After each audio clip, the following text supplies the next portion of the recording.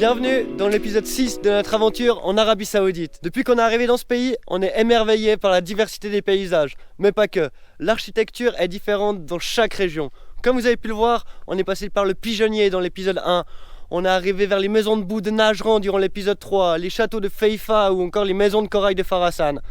Chaque région a été influencée par différentes cultures, par différentes époques. L'architecture ne cesse de changer. Cette semaine, on va te montrer la plus belle maison de corail des îles Kharasan.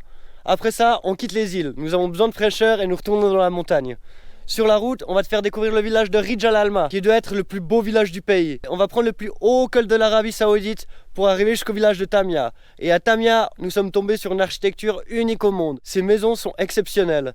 Le paysage volcanique derrière moi, ça je t'en dis pas plus. Ce sera pour un de nos prochains épisodes. En attendant, on retourne sur Kharasan et sa biodiversité exceptionnelle.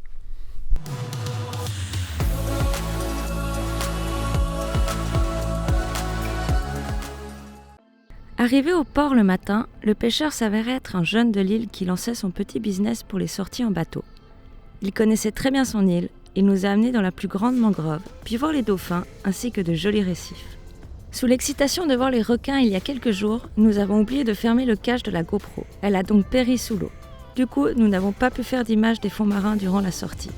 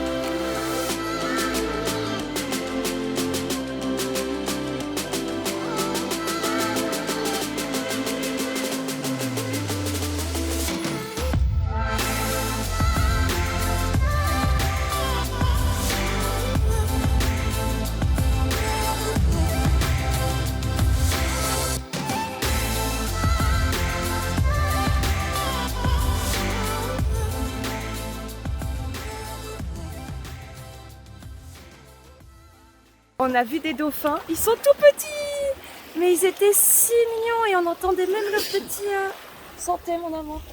On entendait même les sonars quand ils communiquaient, c'était trop beau. Et on a vu une méga tornade, alors ça, jamais vu de ma vie, enfin de notre vie, on n'a jamais vu ça. C'est fou comme tu vois l'eau remonter, c'était dingue. On s'est pris une méga tempête, mais pas froid du tout, hein, il fait super chaud. Il nous a posé sur une magnifique petite plage. On a pu aller visiter et plonger dans ces magnifiques coraux. C'était splendide. Il y avait des poissons multicolores, beaucoup de poissons perroquets, plein de couleurs différentes. Ils étaient magnifiques. On a vu des raies. Elles sont toutes jaunes avec des points bleus. Je crois qu'elles sont pas très gentilles, mais elles sont sublimes. Ça part très vite, donc on peut aller assez profond. Et on n'imaginait pas avoir des plages comme ça, quoi, c'est dingue. Les fonds marins sont en super bonne santé, les coraux sont très colorés, très peu de coraux morts. Il y a un peu des algues, mais voilà, normal. Et franchement, ça vaut le coup de venir ici, vraiment pour ceux qui aiment les fonds marins, faire du snorkeling. T'as pas besoin de bouteilles, tu peux voir énormément de choses. Franchement, je vous le conseille.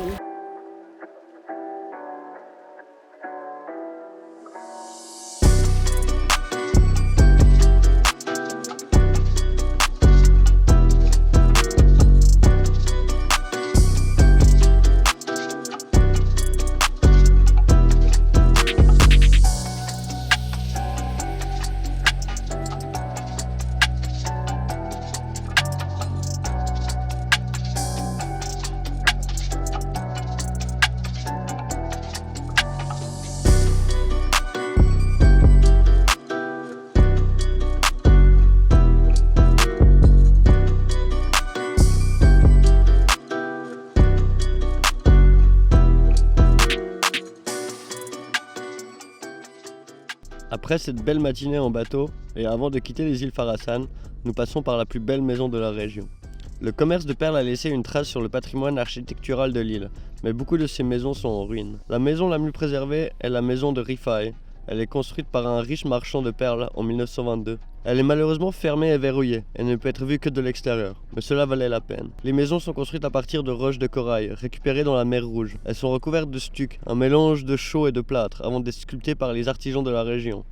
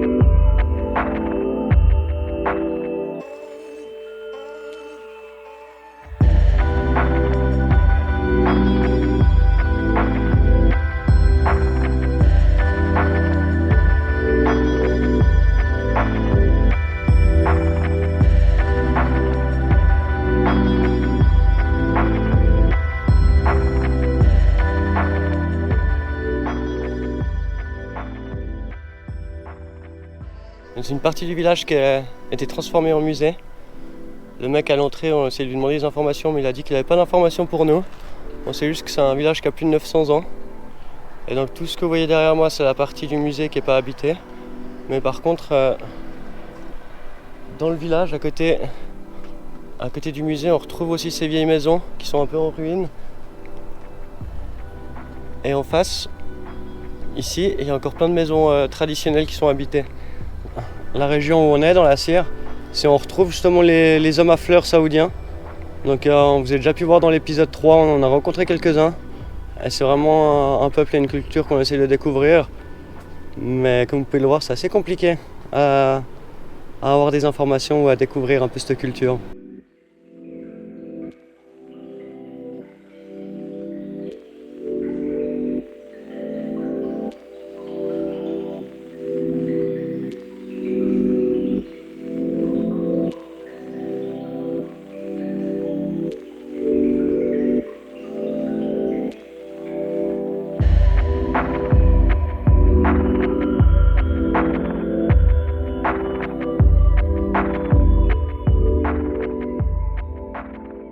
On aimerait bien trouver l'entrée d'un bâtiment parce que ça a l'air tout peint, tout décoré à l'intérieur avec des couleurs de fou et tout.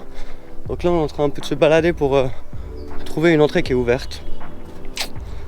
On verra. J'ai perdu Zoé, je ne sais pas où elle est. Mais où est Zoé? Putain, elle est où? Non mais j'ai vraiment perdu. Zoé! Zoé a réapparu! J'ai retrouvé Zoé! On a trouvé une entrée. Ah, en fait, c'est le musée, je crois. Putain, faut pas être grand, hein. Faut pas être grand.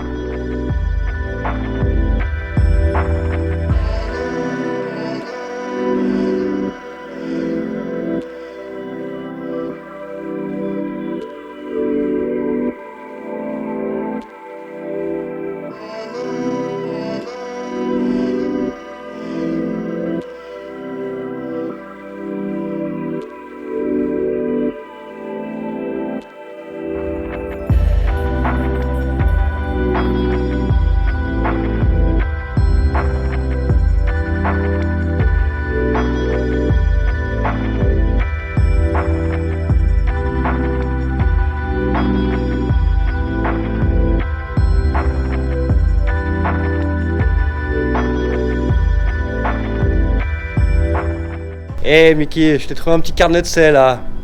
Pour faire un petit cocktail. Il est pas beau? Regarde-moi ça, avec cette petite vue là. Ça, c'est du carnet de sel.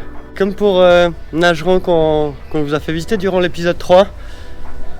Et ben ici, c'était aussi un des stops sur la route des caravanes qui partait du Yémen jusqu'au Levant. Donc on retrouve aussi pas mal d'influences de la région du Yémen.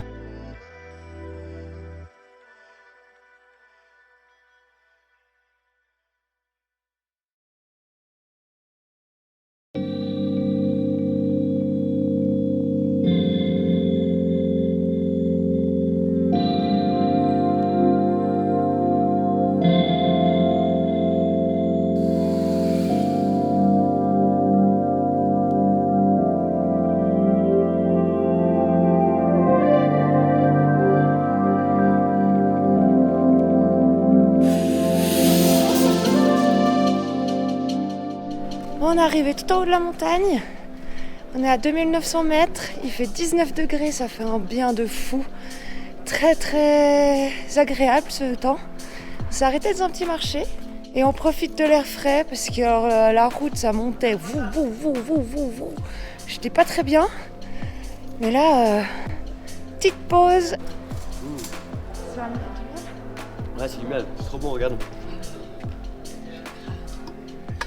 It half 100 quarter 50 riyals. Ah, un quarter, on prend un quarter. Ah, parfait. Tu veux goûter les autres? Celui-là, je veux bien goûter, ouais. Could we try this? This same 40 riyals. Il est bon? Good.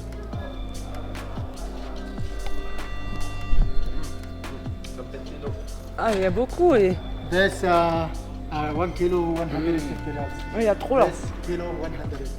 This kilo the Russie. Ah, on a notre kilo de sucre là. Hey. Very nice. Ben. Avec les quarters. Bon, bah, on a trouvé du miel, hein. On cherchait du miel trouvé depuis du miel le début. Depuis le début de notre voyage. Et là, incroyable.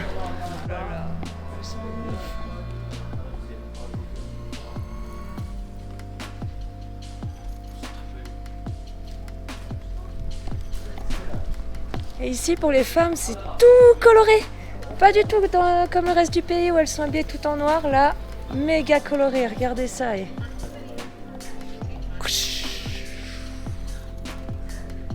full color. Je pense que je vais aller m'en prendre une nouvelle. On s'est dit une par semaine. Tu trouveras que dans le sud des abayas comme ça. Nulle part ailleurs dans toute l'Arabie Saoudite. Il y a des broderies. Alors c'est pas trop mon style, hein. Mais... dingue.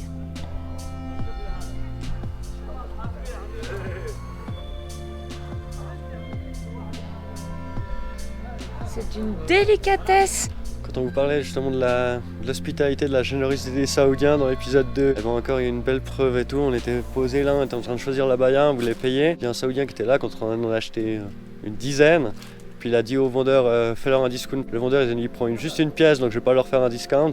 Puis il a dit ok, bah alors je leur offre leur abaya. Vous voulez vraiment, on a dit mais non, mais c'est bon, on peut la payer et tout, parce que c'est vraiment pas cher. Ça va être entre 50 et 70 riyals l'abaya et tout. Mais il a dit non, je vous la paye, vous avez pas besoin de la payer. C'est quand même ultra gênant de se faire offrir des choses comme ça. Donc on essaie chaque fois de payer et tout, mais ils veulent vraiment pas. Ils sont à deux doigts de s'énerver si on essaye de payer. Et du coup là on est parti du magasin avec notre abaya sans payer parce que l'autre nous l'a payé quand il est parti. C'est hallucinant quoi. Ils sont vraiment trop gentils, ils sont beaucoup trop gentils ici. On n'a pas l'habitude d'avoir autant de générosité, ils te le disent avec le sourire. Puis ils sont tout contents de t'offrir des choses.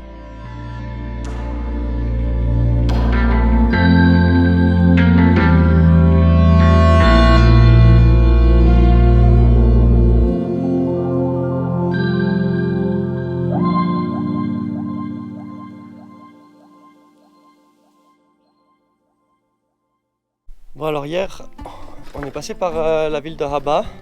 C'est une grande ville, on ne s'attendait pas qu'elle soit aussi grande. Du coup, on s'est éloigné de la ville pour essayer de trouver un endroit pour dormir. Où on s'est posé pour faire le camping, on était à plus de 2000. Et je vous garantis que la nuit a été fraîche, vraiment très fraîche. Il a fait moins de 10 degrés, on ne s'attendait pas à ça, surtout quand il y a quelques jours on était sur les îles Farasan, il faisait 40 degrés. Et du coup on est passé de 40 à 10, donc ça fait tout drôle.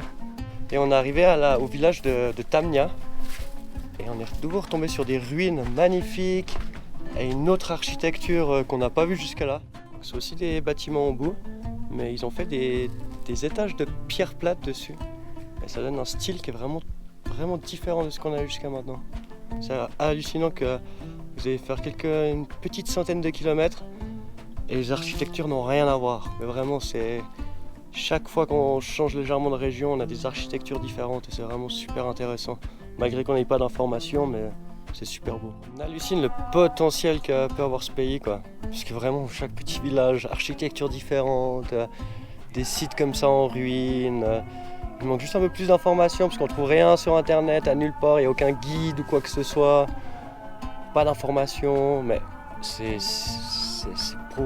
beau et il y en a partout dans le pays des architectures différentes.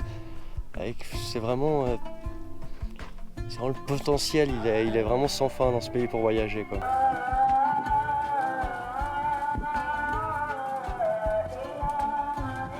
Je crois qu'on bloque le passage là. On a plein de copains et copines qui sont arrivés. Ouais, ils savent pas venir, regarde. Ouais. Bon, on va les laisser passer, on va faire un embouteillage dans les ruines là.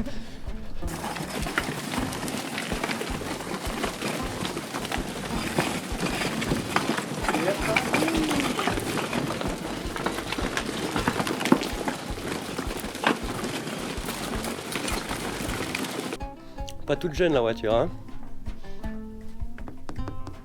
Encore en bois. Entre le carrosse et la voiture. C'est une vieille Ford là. Il y a quelques vieilles voitures là qui sont stockées sous un toit. Même une Peugeot, regardez-moi. Une vieille Peugeot là, celle-là. Hop.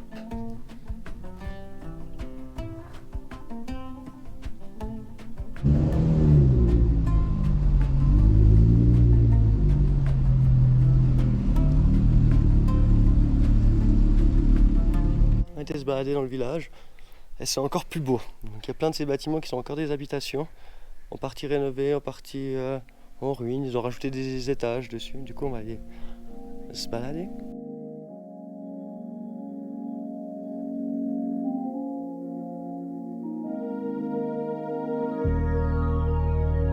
C'est un dédale d'allées de partout. On sait pas où on va, gauche, droite,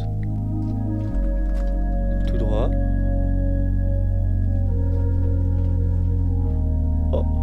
Oh, une Zoé sauvage.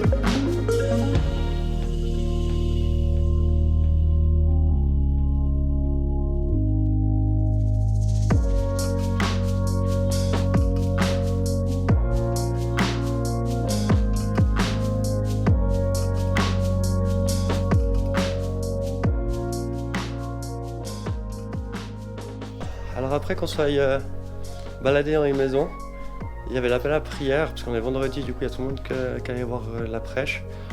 Et on a rencontré des locaux, et il a une maison de ouf. C'est un truc, c'est exceptionnel, mais c'est vraiment... Regardez comment c'est beau. C'est hallucinant. Et il fait frais là-dedans. Ça garde toute la fraîcheur de la nuit.